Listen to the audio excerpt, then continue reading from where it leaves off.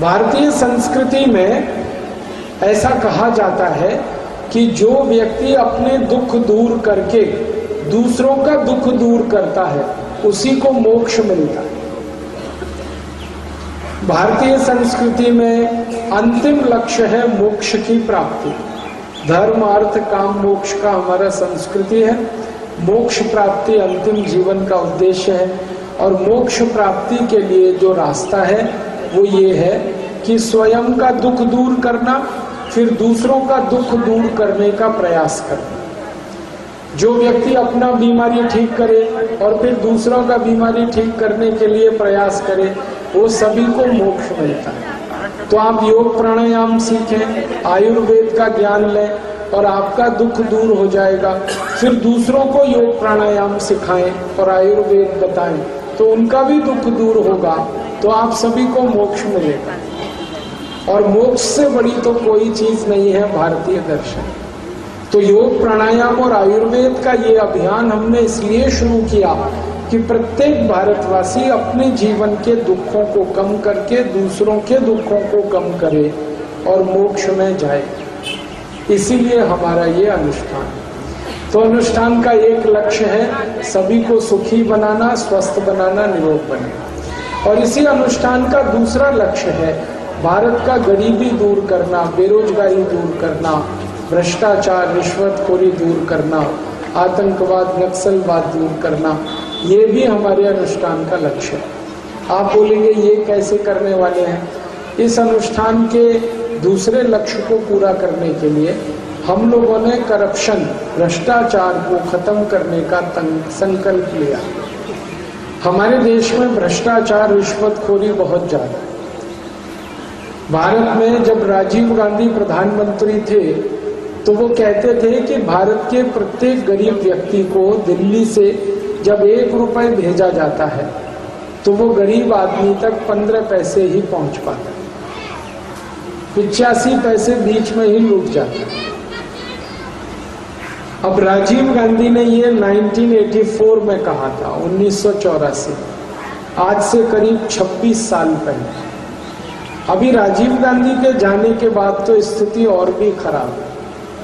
अभी तो किसी गरीब आदमी के लिए दिल्ली से 1 रुपए भेजा जाता है तो गरीब आदमी के पास 10 पैसे ही पहुंच पाता है। 90 पैसा 90 पैसा बीच में ही लूटमार हो जाता है।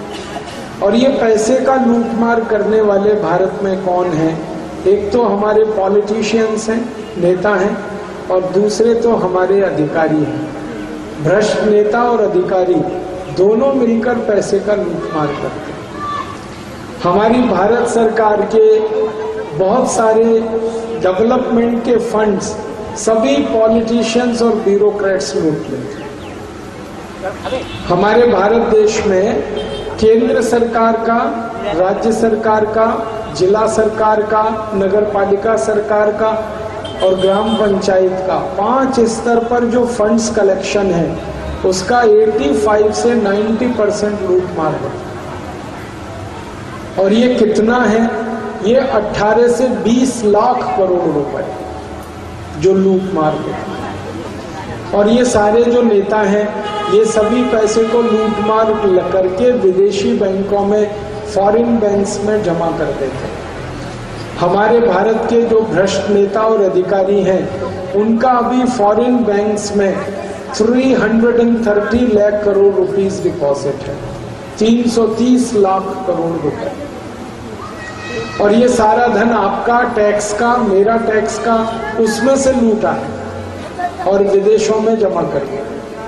अभी हमने एक संकल्प लिया है कि भारत के नेताओं ने ये जो धन लूटकर विदेशों में जमा किया है इस धन को भारत में वापस लाना है और इसी धन से भारत का गरीबी को मिटाना है, बेरोजगारी को मिटाना है। आप बोलेंगे क्या ये धन वापस आ सकता है? हाँ, आ सकता है। इसको वापस लाने के लिए सुप्रीम कोर्ट का मदद लेकर हम इस धन को वापस ला सकते हैं। और भारत का सुप्रीम कोर्ट में एक पिटीशन फाइल किया गया इसी के लिए और वो पिटीशन को बहस करने का काम कर रहे हैं श्री राम जेठमलानी, एक मशहूर वकील हैं। और ये पिटीशन अभी सुप्रीम कोर्ट में स्वीकार हुआ है और इस पर सरकार को नोटिस इशू हुआ है और पिटीशन पर गवर्नमेंट ऑफ इंडिया को सुप्रीम कोर्ट ने नोटिस दिया है कि विदेशी बैंकों में किसका कितना पैसा जमा है, ये सरकार जल्दी से सुप्रीम कोर्ट को बताए। अभी अच्छा ये हुआ कि सरकार को सुप्रीम कोर्ट ने ऑर्डर किया और अभी सुप्रीम कोर्ट के ऑर्डर से सरकार इस धन का पता कर रही है। 34 कंट्रीज में ये धन का पता चल गया है, थोड़े दिन में बाकी देशों में भी पता चलेगा और सुप्रीम कोर्ट में ये पूरी जानकारी आने के बाद हम अपील करेंगे कि इस पूरे धन को भारत का राष्ट्रीय संपत्ति बना दिया जाए और ये पैसा पूरा भारत में वापस आ जाए। इसके लिए हम प्रयास करेंगे।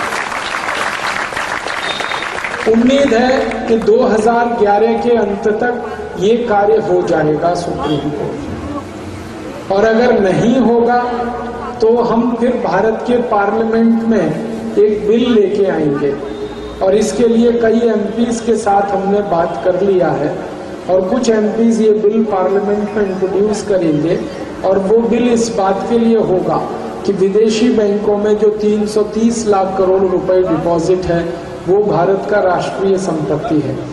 जब ये बिल पार्लियामेंट में आएगा तो इस पर डिबेट होगी। डिबेट के समय हम देखेंगे कि कौन कौन एमपीज इसको विरोध कर रहे हैं, अपोज कर रहे हैं। जो एमपीज इसको विरोध करेंगे, पक्की बात है कि बेईमान वही हैं, पैसे उन्हीं के हैं और अकाउंट्स के नहीं। तो सारे देश को पता चलेगा बेईमान एमपीज कौन कौन है। और पार्लियामेंट में अगर बेईमान एमपीज ज्यादा हो गए तो ये बिल तो गिर जाएगा, और अगर ईमानदार एमपीज ज्यादा हो गए तो बिल पास होगा। बिल पास होगा तो कानून बनेगा, कानून बनेगा तो पैसे आ जाएंगे, और बिल अगर नहीं पास हुआ तो हम फिर नेक्स्ट स्टेप हम जो लेने वाले हैं वो हमारा ये है कि 2014 में जब जनरल इलेक्शन होगा पार्लियामेंट का, वो टाइम पर पूरे देश में से 400 मेंबर ऑफ पार्लियामेंट्स को हम इलेक्ट करके लाएंगे और फिर इस बिल को पास कराएंगे और फिर उसके बाद कानून।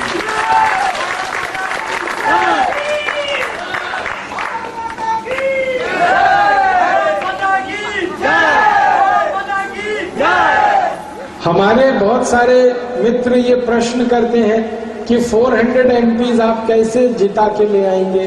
बहुत सिंपल है, एक सन्यासी ने ये संकल्प लिया है और सन्यासी के लिए कोई भी काम असंभव नहीं है। सन्यासी का सभी काम पूरा है। परम पूजनीय स्वामी रामदेव जी एक सन्यासी, उन्होंने ये संकल्प लिया और उनके साथ ऐसे 70 और दूसरे सन्यासियों ने भी संकल्प लिया।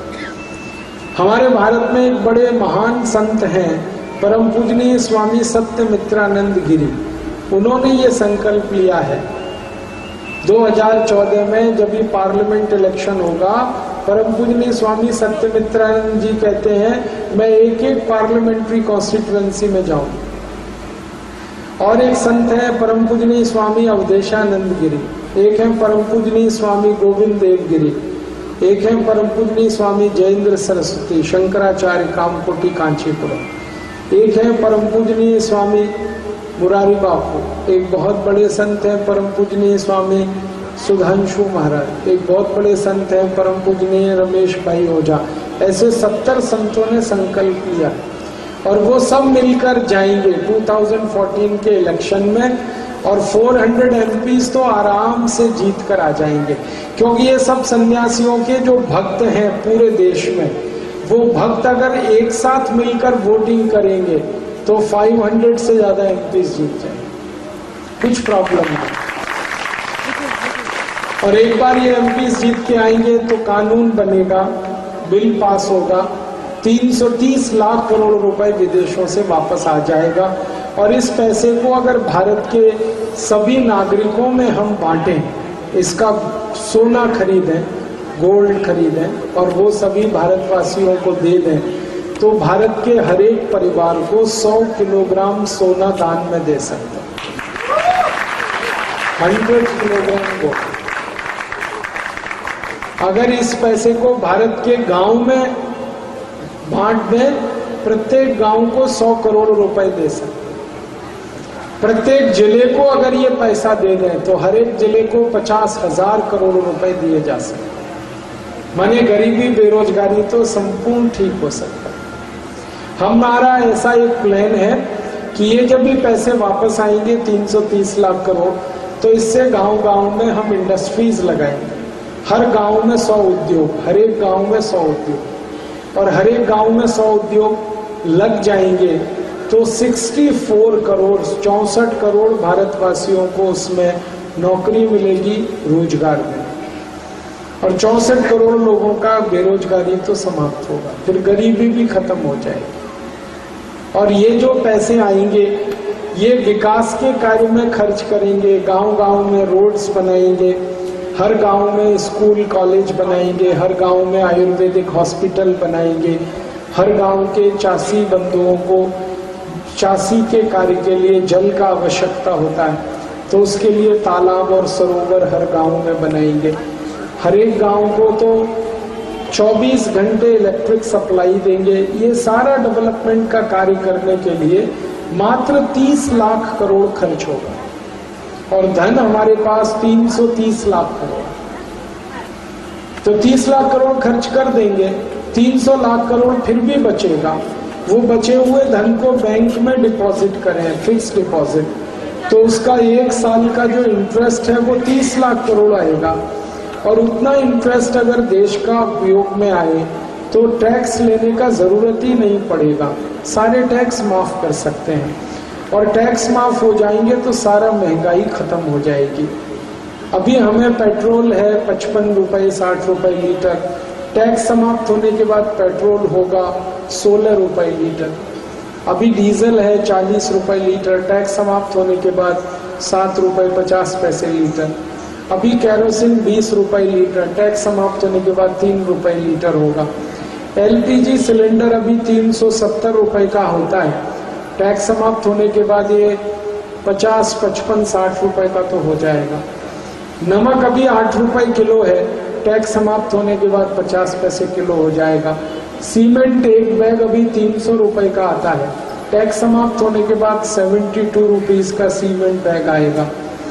लोहा अभी 50 रुपए किलो है, टैक्स समाप्त होने के बाद 12 रुपए किलो हो जाएगा। कोई भी वस्तु सस्ती होगी। आप यदि कोलकाता में अभी घर बनाएंगे तो 10 लाख रुपए में घर बनेगा, टैक्स समाप्त होने के बाद यही घर 3 लाख में बन जाए। हमारे किसी भी परिवार के व्यक्ति को हम इंजीनियरिंग के लिए IIT खड़गपुर भेजते हैं तो 5 साल का खर्च 5 लाख रुपए आता है, टैक्स समाप्त होने के बाद 70,000 रुपए में वो इंजीनियरिंग का पढ़ाई कर सके। अभी भी MBBS MD कराने में 40 लाख रुपए खर्च होता है, टैक्स समाप्त होने के बाद तो 4 लाख में MD हो जाए। सभी पढ़ाई सस्ती होगी, घर सस्ता होगा, घर बनाना सस्ता होगा, घर की वस्तुएं सस्ती होगी, महंगाई पूरी समाप्त हो जाएगी, और सभी लोग तो थोड़े आराम से जीवन बिताएंगे, थोड़ा समृद्धि ज्यादा बढ़ेगी, घर खर्च कम होगा तो बचत ज्यादा बढ़ेगी, और उससे देश की तो समृद्धि बढ़ेगी। ये हमारी प्लानिंग है। और एक बात हमें करनी है कि देश का सारा डेवलपमेंट होने के बाद, गरीबी बेरोजगारी समाप्त होने के बाद, महंगाई समाप्त होने के बाद, भ्रष्टाचार को समाप्त करने के लिए नया कानून बनाएंगे, और वो कानून ये होगा कि जो भी कोई रिश्वत लेगा और वो पकड़ा गया तो 3 महीने में उसको फांसी की सजा हो, फिर कोई रिश्वत नहीं है। जब 2-3 नेताओं को फांसी पे चढ़ा देंगे फिर सभी नेता सीधे होंगे, 2-3 अधिकारियों को फांसी हो जाएगी, सब रिश्वत लेना बंद करेंगे। और अंत में हमें भारत की कुछ और सीरियस प्रॉब्लम सॉल्व करनी है। भारत का बहुत सारा भूमि चीन के कंट्रोल में है, वो वापस लेना है। 72,000 वर्ग मील भूमि है जो चीन के पास है, वो वापस लेना है। हमारा पाकिस्तान का वन जो हिस्सा है जम्मू कश्मीर का, वो 1/3 पाकिस्तान के पास है, वो वापस लेना है। इसके लिए संयुक्त राष्ट्र में भारत के समर्थन में प्रस्ताव कराना है और हमारा जमीन वापस लेना है। और एक काम हमें करना है कि भारत में अंग्रेजों का जब भी सरकार चलती थी तो वो जो कुछ भी लूट कर ले गए वो सभी वापस लाना। कोहिनूर हीरा अंग्रेजों ने लूटा, वो वापस लाना है। हमारा सोने का सिंहासन अंग्रेजों ने लूटा, वो वापस लाना है। भारत के मंदिरों से सोना लूट कर अंग्रेज ले गए, वो वापस लाना है। मैं आपको एक इतिहास का उदाहरण देता हूँ। एक अंग्रेज आया था, उसका नाम था रॉबर्ट क्लाइव। वो कोलकाता से 1757 में 900 शिप्स भर के गोल्ड ले गया था, सोना ले गया। 900 पानी का जहाज भर के सोना लेकर गया था रॉबर्ट क्लाइव। और वो सारा सोना लंदन में अभी रखा है म्यूजियम्स में, वो सभी भारत में वापस लाए। और उसके लिए ब्रिटिश गवर्नमेंट के खिलाफ हमें केस फाइल करना है इंटरनेशनल कोर्ट ऑफ जस्टिस में, और उसके लिए हमने तैयारी शुरू किया है। हजारों डॉक्यूमेंट्स हमने कलेक्ट किए हैं इसके लिए, और ये बहुत बड़ा केस हम लड़ेंगे और इसको जीतेंगे। और 450 लाख करोड़ का गोल्ड अंग्रेजों से हम वापस लेंगे, 450 लाख करोड़। और इतना गोल्ड अगर भारत में वापस आएगा तो भारत सोने का चिड़िया नहीं, सोने का शेर हो जाएगा। भूतकाल में भारत सोने का चिड़िया था, अभी भविष्य में सोने का शेर बने। सोने का चिड़िया कमजोर होता है, उसको कोई भी लूट लेता है। शेर को कोई नहीं लूट सकता, शेर को कोई टच भी नहीं करता। ऐसा भारत होना चाहिए। और इसके लिए पूरा भारत देश से 10 करोड़ नागरिकों का संगठन खड़ा करना है। परम पूजनीय स्वामी रामदेव जी ने ये अनुष्ठान शुरू किया। इसमें 10 करोड़ नागरिकों का मदद चाहिए, और वही मदद मैं मांगने आपसे आया। आप भी हमारे इस अनुष्ठान में थोड़ी मदद करिए। आप बोलेंगे क्या मदद करें? हमको हमारे इस अनुष्ठान में 10 करोड़ मेंबर्स की जरूरत है। आप हमारे मेंबर बन जाइए। और इस अनुष्ठान में मेंबर बनने के लिए 11 रुपए दान देना होता है। 11 रुपीज का डोनेशन देकर आप मेंबर हो सकते हैं। आप 11 रुपीज तो डोनेट कर सकते हैं, कोई बड़ा धन नहीं है वो। तो आप मेंबर बने और 10 लोगों को और प्रेरित करें, वो भी हमारे मेंबर बने। इस समय सारे देश में हमने मेंबरशिप कैंपेन किया हुआ है। परम पूजनीय स्वामी जी इसी के लिए निकले हुए हैं। हर दिन 15 से 20 हजार लोगों को वो मेंबर बना रहे हैं। वो कोलकाता भी आने वाले हैं दिसंबर लास्ट वीक में, तभी बहुत बड़ा पब्लिक मीटिंग उनका होने वाली है, और उसमें लाखों लोगों को वो मेंबर बनने के लिए कहेंगे। मैं भी आपसे यही कहने आया, आप एक एक मेंबर बने और 10-10 को कहें, वो 10-10 और 10-10 को कहें। पूरा कोलकाता से हमें 25-30 लाख मेंबर्स की जरूरत है। आप सब उसमें मिलकर सहयोग कर सकते हैं। और हम तो जीवन का सिद्धांत जानते हैं कि बूंद बूंद से घड़ा भर जाता है। थोड़ा थोड़ा सहयोग करें तो काम पूरा हो जाता है। तो आप सब थोड़ा थोड़ा सहयोग करें इस कार्य में। और एक सन्यासी ने ये कार्य शुरू किया है, परमपिता परमात्मा की कृपा से ये जरूर पूरा होगा, क्योंकि 70 और दूसरे सन्यासियों का इस कार्य में सहयोग है, आशीर्वाद है। तो हम सब मिलकर अपने भारत के इस बड़े अभियान को पूरा करेंगे, और इस अभियान की मदद से भारत को सोने का शेर बनाएंगे, विश्व गुरु जगत गुरु बनाएंगे, भारत का गरीबी, बेरोजगारी, भूखमरी को मिटाएंगे, और भारत देश का हर समस्या का समाधान करते हुए भारत को स्वतंत्र, स्वावलंबी, स्वयंपूर्ण देश बनाकर अपने क्रांतिवीरों के सपनों का पूरा पालन करेंगे। भारत के लाखों क्रांतिकारियों ने इस देश को स्वतंत्र कराने के लिए अपना बलिदान किया। नेताजी सुभाष चंद्र बोस, लाला लाजपत राय, विपिन चंद्र पाल, अरविंदो घोष जैसे भारत के लाखों क्रांतिवीरों का बलिदान हुआ। 7,32,780 क्रांतिवीरों ने देश की आज़ादी के लिए बलिदान किया है। हम इस देश को आगे बढ़ाएंगे और जगत गुरु बनाएंगे। शहीदों ने, क्रांतिकारियों ने देश को आज़ादी दिलाई है। हम इस देश को जगत गुरु बनाएंगे, विश्व गुरु बनाएंगे, सर्वश्रेष्ठ बनाएंगे। गरीबी, भुखमरी, बेकारी, बीमारी सब समाप्त करके एक ऐसा देश जो आदर्श होगा सारी दुनिया में, वो हमें बनाना है। इसके लिए आपका सहयोग चाहिए और आपका सहयोग मेंबरशिप के रूप में चाहिए। आप मेंबर बने और दूसरों को बनाएं। मेंबर बनने के लिए सभी रिसीव बुक हमारे योग शिक्षकों के पास हैं, हमारे पदाधिकारियों के पास है। आप कभी भी उनसे वो ले सकते हैं और रिसीव बुक लेकर दूसरों को भी प्रेरित करके उनको मेंबर बनने के लिए आगे कह सकते हैं। इतना कहकर मैं आपका धन्यवाद दूंगा, आभार व्यक्त करूंगा। आप सब यहाँ आए, मेरी बातों को आपने सुना। इन बातों को ज़्यादा से ज़्यादा लोगों को प्रचारित करेंगे तो हम सब आपके आभारी रहेंगे और आप हमारे मेंबर बनकर दूसरों को मेंबर बनने के लिए प्रेरित करेंगे तो हमेशा इस कार्य के लिए हम आपके ऋणी रहेंगे। मैं बोलूँगा भारत माता की, हम सब बोलेंगे जय। भारत माता की, भारत माता की, भारत माता की। वंदे वंदे वंदे। धन्यवाद।